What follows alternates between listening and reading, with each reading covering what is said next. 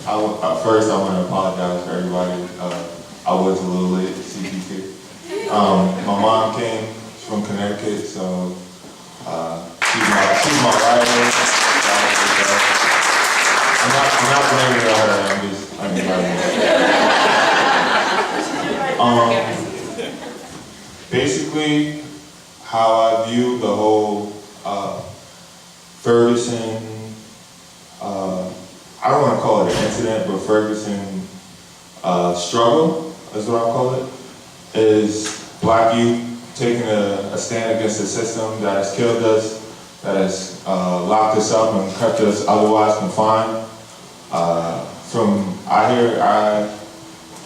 overhear older folks talk about how my generation is entitled and we don't fight for anything. We don't, we just want to party and buy sneakers and all kinds of, and turn up and all kinds of other stuff. But I think this is a crucial moment for my generation that shows that the problems of the civil rights era haven't gone away. They've just resurfaced under different guise.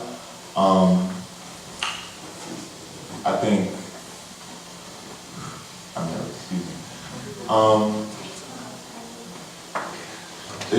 it really strikes home because you can read about the civil rights era, you can watch, the Martin Luther King biopic and all what was the name of the miniseries that we watched in school?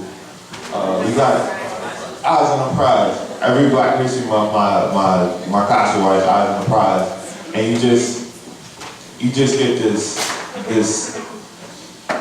sanitized, this reused, this dry, boring version of civil rights. You see civil rights as this is what happened. Not you don't see how it happened or the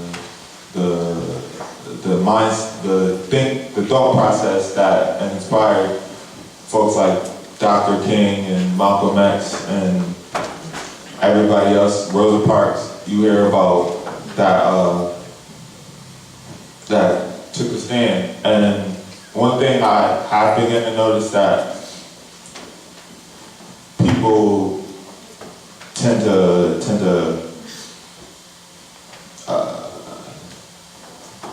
discredit more radical elements of political movements, because for every MLK there's a Malcolm X, for every Nelson Mandela there's Patrice Lumumba, there's Thomas Sankara, Jerry John Rawlings. I think he was president of Ghana, and so we have to pay homage to the more radical elements of civil rights movements, because those are the ones who opened up the conversation. You know what I mean? Like people don't remember that the idea that people could elect their own leaders was a radical idea at one time. And now that it's been controlled and co-opted and put out there in a safe way for us, a lot of folks don't think that's, accessible. Like something as simple as what went down on the highway. A lot of people were like, there's a certain way you do this. Talk to your leaders, and But we've been organizing marches. I organized a march across from Providence Place Mall and police brutality PVD. We did a smaller one, Burnside Park. The march after Trayvon Martin got killed. There was a rally inside the police department, and people are still telling us, there's a certain way to do this, there's a certain way to do this. And I think that after a while, it becomes patronizing, and you gotta kind of take people's attention.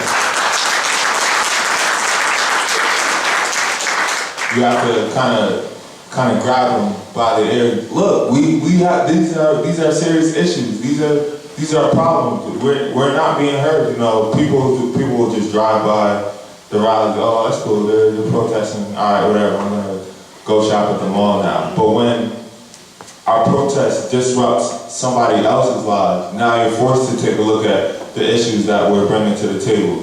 You know, I do realize that what myself and others did on the highway was dangerous. I do accept responsibility for that. I apologize to anyone if you were on the way to see a family member, but at the hospital, I'm not a horrible person. I like people, but when I feel like I'm being patronized or talked down to, then that's when I have a problem.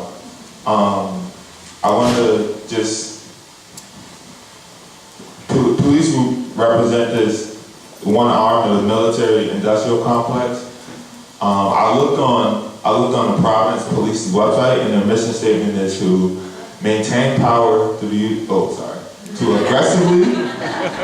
aggressively resolve problems. If you saw the picture of me in the highway, you know how aggressive, or if you dealt with a police officer in Providence, you understand how aggressive they can be. It says preserving the peace at what cost? Peace at the confinement and containment of black and brown bodies.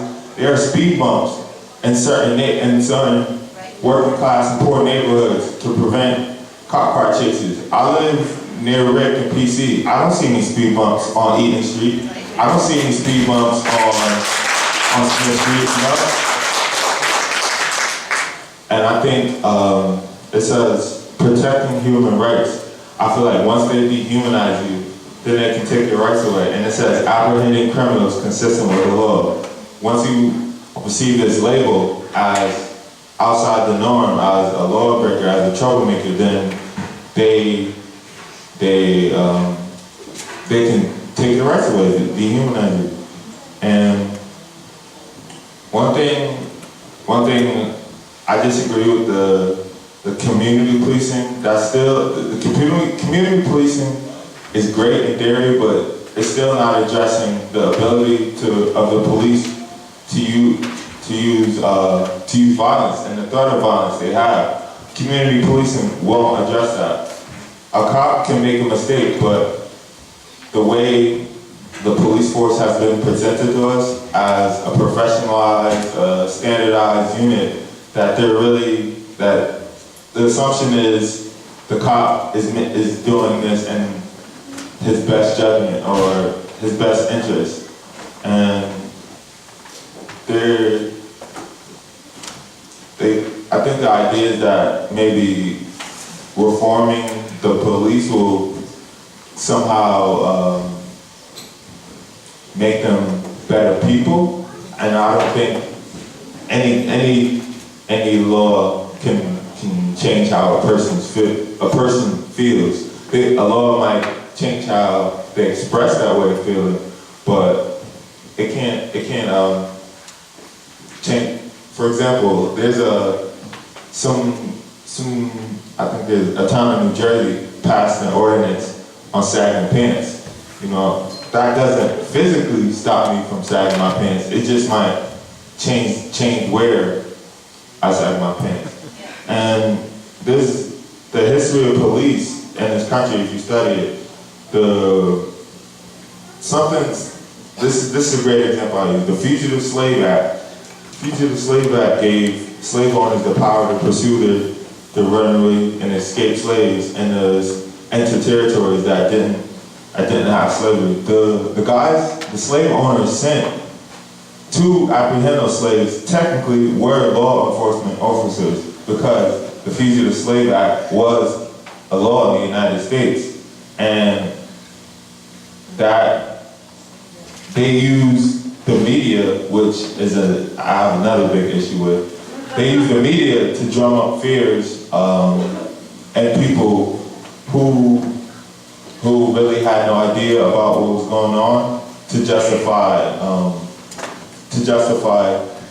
going after the slaves. And you know, they do it today. Well, we need more police because these neighborhoods are out of control, and you know, these kids are running around with guns and drugs, and we gotta stop them. You know, and I think that it's hard to view media as being untruthful or selectively truthful, but I think that we have to take a critical look at how the media influences our behavior towards police. I don't want to say like towards them in a physical way, but towards the police as an institution. When you saw the cops interviewed after the highway protest, you know, they had their badges looked extra shiny, and you had the commander and the fancy getup. So he looks, you know, believable. And then when I got interviewed after not being able to sleep, not being fed, I look crazy. I looked sleep deprived. I was hungry. I just wanted to go home. And I honestly, when I watched the interview, I was honestly thinking, you know, nobody would believe me. But I'm here today to say that I said all that to say this. I don't believe in reform. I think that we have what we need in our communities to protect our own communities. Something as simple as neighborhood gangs. Neighborhood gangs started off as a way for the black young men to protect themselves from white kids who would come into the neighborhoods and, you know, pick on them and beat them up. And I think that gangs were co-opted by people in power to, you know, create division. The Black Panther, a lot of people don't know this, the Black Panther Party, when it was broken down in the COINTELPRO, that's how the Bloods and Crips got formed. And they basically turned those elements of the Black Panther Party against each other. And now that it's grown out of control, it's become a nationwide problem. The people who created the problem are now asking, well, not asking, but they're reacting in a way to influence people to support them. You know, they broke the gangs up, and now the gangs are going wild. Now we need your help to shut them down. And like I said, I don't believe in reform, and I think it's just another way to buy the people's time while they figure out how to show these other new faces. Like something as simple as a person asking a slave for the past has now turned into, let me see your ID, or stop and frisk, or something like that. And that's a big issue for me.